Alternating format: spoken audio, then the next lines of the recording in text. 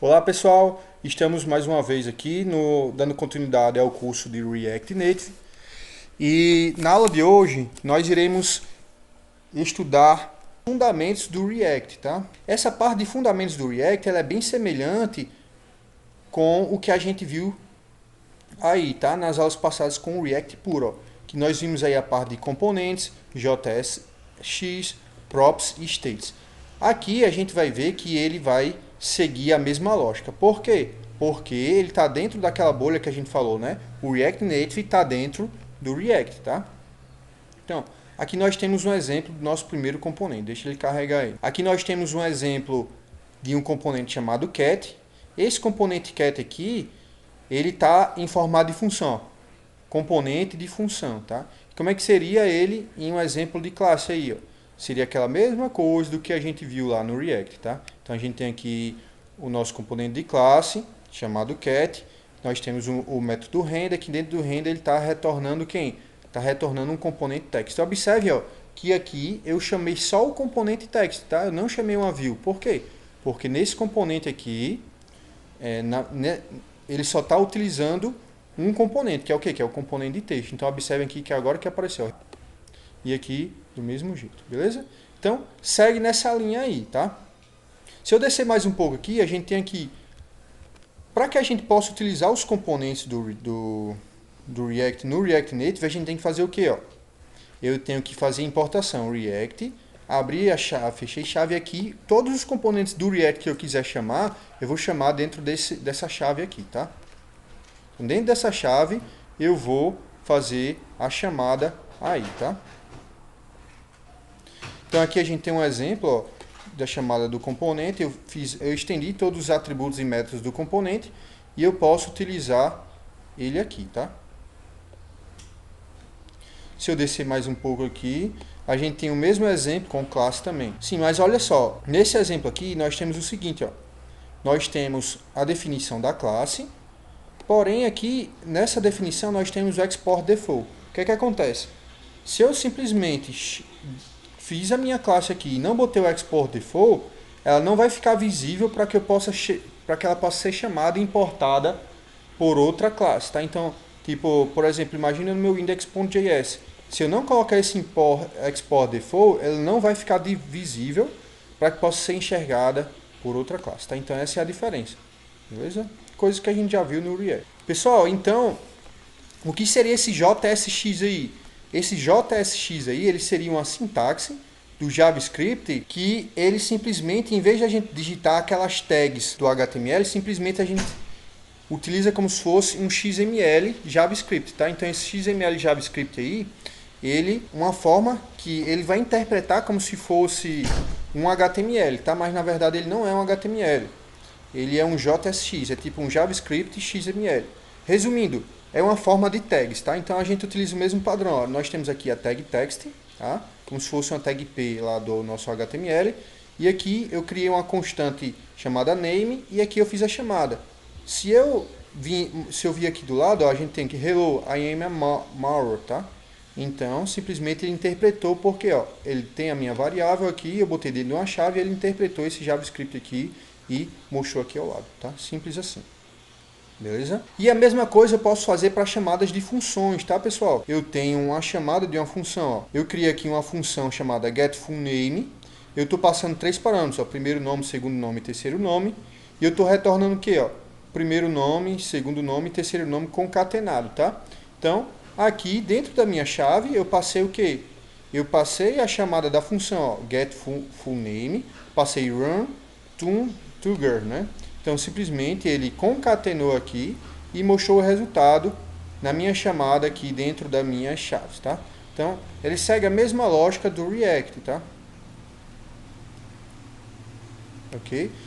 E aqui, como é que eu faço para criar um formulário, pessoal? Então, aqui a gente segue essa mesma lógica, ó. No HTML no input, pronto, aqui no React Native, ele vai ser o quê? Vai ser um text input.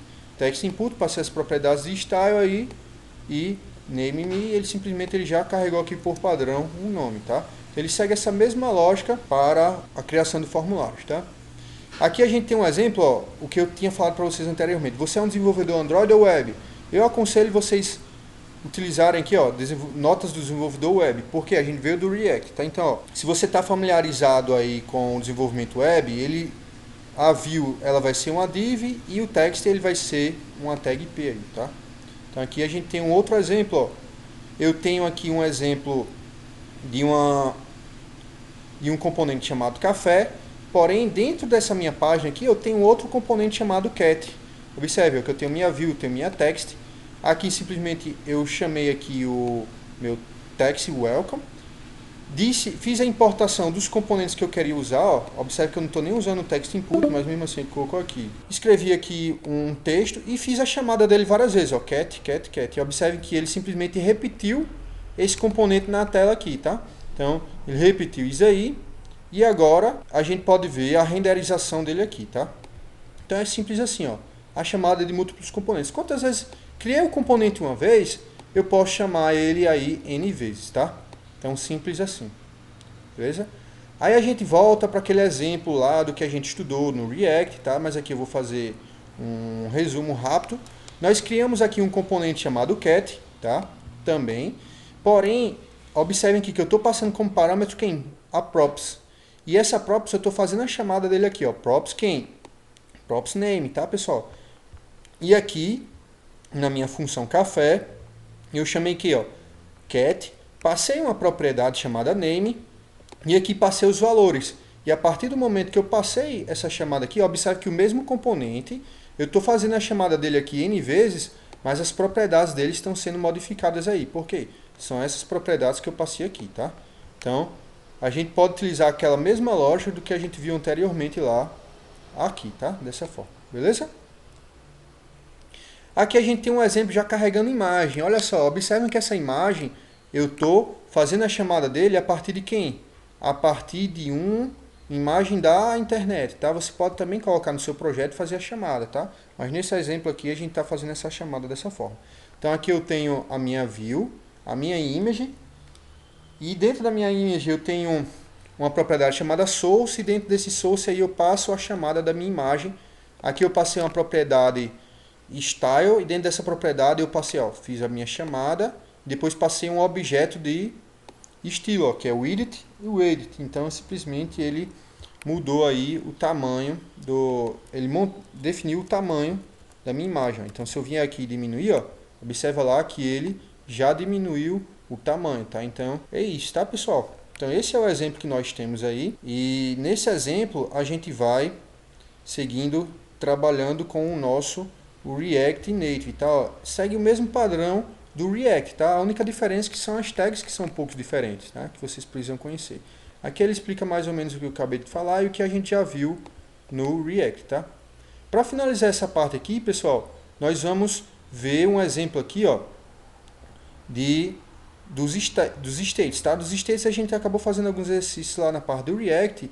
Ele segue essa mesma lógica, tá? Você pode usar os states como forma de função, como pode usar os states como forma de classe, tá? Eu prefiro utilizar com forma de classe, tá? Então, ó, observem aqui. Nesse exemplo, eu vou mostrar aqui o exemplo para vocês no formato de classe, tá?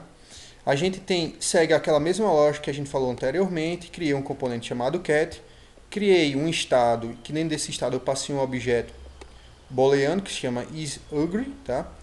E aqui eu passei uma propriedade no meu render, nesse meu render, e nesse meu render aí, dentro do return dele, criei uma tag text, fiz a chamada dessa propriedade passando o nome. Aí eu passei o nome aqui, depois eu verifiquei, this state is ugly. Se isso aqui for verdadeiro, ele vai mostrar ugly, tá? Se não, ele vai mostrar full. Observe que essa interrogação aqui, pessoal, ele é como se fosse um if, assim, ó, tá? Ele é como se fosse um if, deixa eu fazer aqui um exemplo, ó, pera aí. É como se ele fizesse isso aqui, ó. Isso aqui é como se fosse um operador ternário, tá? Eu faço if, isso aqui, fecha a chave, else,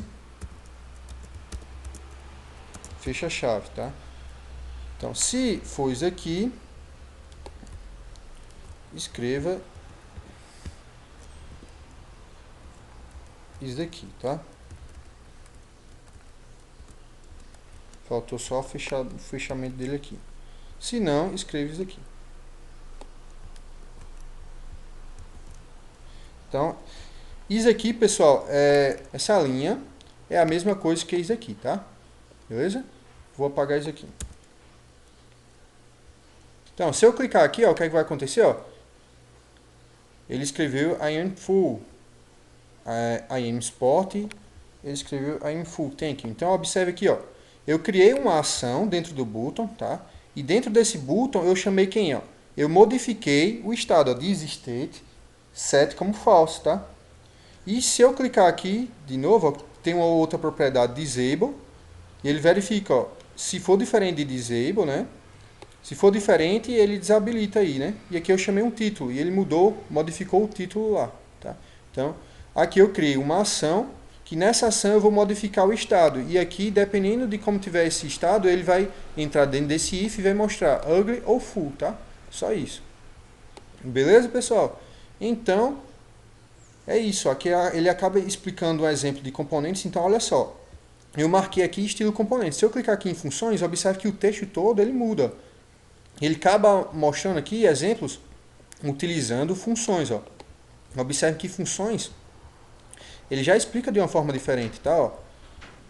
Aqui eu tenho um props, mas é a mesma lógica. Ó. Criei is ugly, set ugly, tá? Ele recebeu aqui um set true e ele segue aquela mesma lógica que eu expliquei para vocês. Qual é a diferença? É o momento da chamada aqui, tá?